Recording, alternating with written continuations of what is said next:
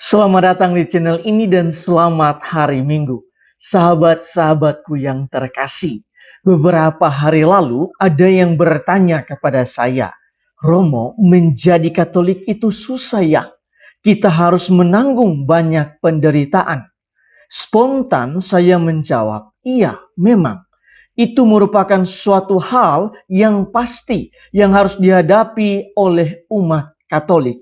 Saya mengatakan demikian karena saya merenungkan bahwa menjadi Katolik bukan sebuah pilihan untuk mencari kenyamanan atau bukan pilihan untuk terhindar dari segala perkara dan penderitaan, tetapi sebuah pilihan yang dilandasi cinta Kristus sehingga kelak dengan penuh cinta juga berjalan di dalam jalan salib yang merupakan juga jalan penderitaan.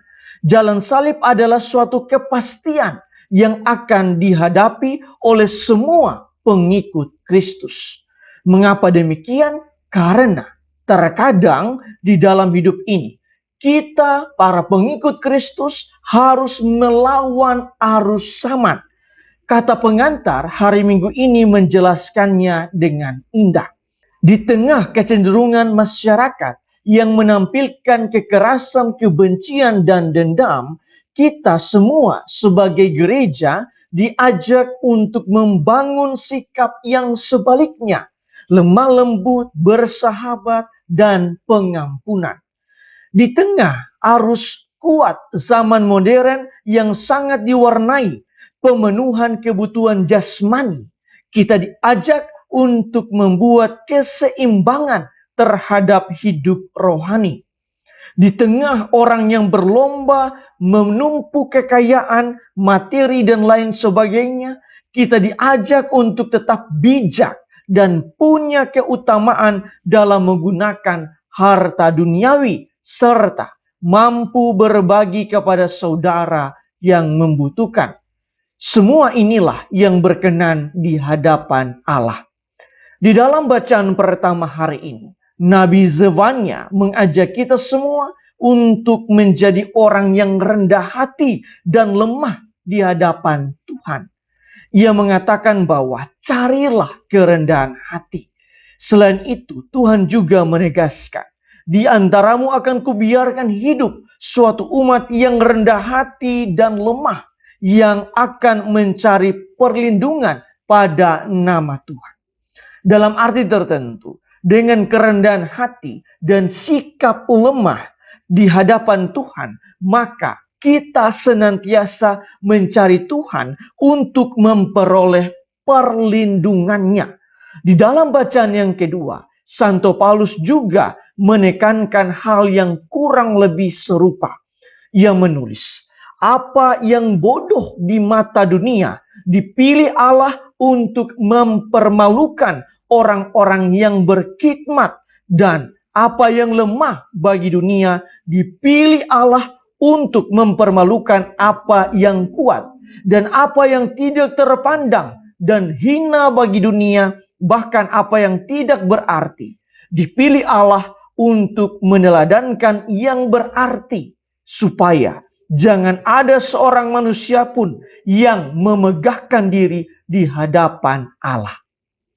Kata-kata Santo Paulus ini hendak menegaskan bahwa Allah sungguh-sungguh berkuasa atas dunia dan manusia. Di dalam bacaan Injil, Yesus menegaskan tentang sabda bahagianya, dan salah satu sabda bahagianya berbunyi, berbahagialah orang yang miskin di hadapan Allah. Itu artinya kebahagiaan sejati hanya diperoleh ketika kita benar-benar miskin atau benar-benar menaruh ketergantungan yang total kepada Allah. Sahabat-sahabatku yang terkasih, berdasarkan bacaan-bacaan hari ini, marilah kita merenungkan sejumlah remah permenungan. Pertama, di dalam bacaan yang kedua, Santo Paulus menegaskan bahwa apa yang bodoh di mata dunia dipilih Allah untuk mempermalukan orang-orang berhikmat. Ketika merenungkan firman Tuhan ini, saya teringat akan kata-kata terakhir dari Bapak Basuki Cahayapurnama atau Pak Ahok. Di dalam ruang sidang, ketika beliau sudah divonis hukuman penjara, ia mengatakan, percayalah sebagai penutup, kalau Anda menzalimi saya, yang Anda lawan adalah Tuhan yang Maha Kuasa, Maha Esa. Saya akan buktikan satu persatu dipermalukan. Pada saat ini, sejumlah orang menilai bahwa kata-kata Pak Ahok ini menjadi nyata dan memiliki daya yang luar biasa. Mengapa? Karena orang-orang yang menzaliminya satu persatu tidak hanya dipermalukan, tetapi meninggal dunia. Pengalaman Pak Ahok ini memperlihatkan bahwa ia sungguh-sungguh berlindung di hadapan Tuhan, seperti pesan dari Nabi Zefania di dalam bacaan pertama hari ini. Sekaligus juga terbukti kata-kata Santo Paulus di dalam bacaan kedua hari ini, di mana mereka yang terlihat lemah oleh dunia dipakai oleh Allah untuk mempermalukan mereka yang terlihat berkuasa oleh dunia. Kedua, di dalam bacaan Injil, Yesus mewartakan tentang sabda bahagianya. Salah satu pokok permenungan yang bisa kita renungkan dari sabda bahagia Yesus ialah kebahagiaan menurut Allah berbeda dengan kebahagiaan menurut dunia. Dunia sering menafsirkan kebahagiaan dengan memiliki segala-galanya, menjadi populer, menjadi lebih kuat, dan lain sebagainya.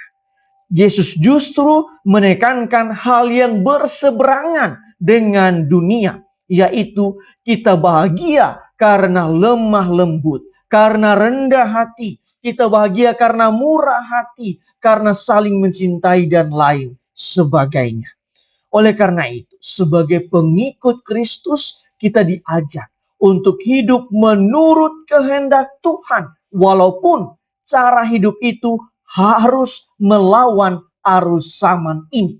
Ketiga, ketika kita melihat sesama yang lemah, yang terpinggirkan, ataupun mereka yang dalam pergumulan dengan berbagai masalah, kemudian kita datang menolongnya dengan berbagai cara, maka sebenarnya kita sedang menolong Tuhan, ataupun kita sedang melihat Tuhan dalam diri orang tersebut.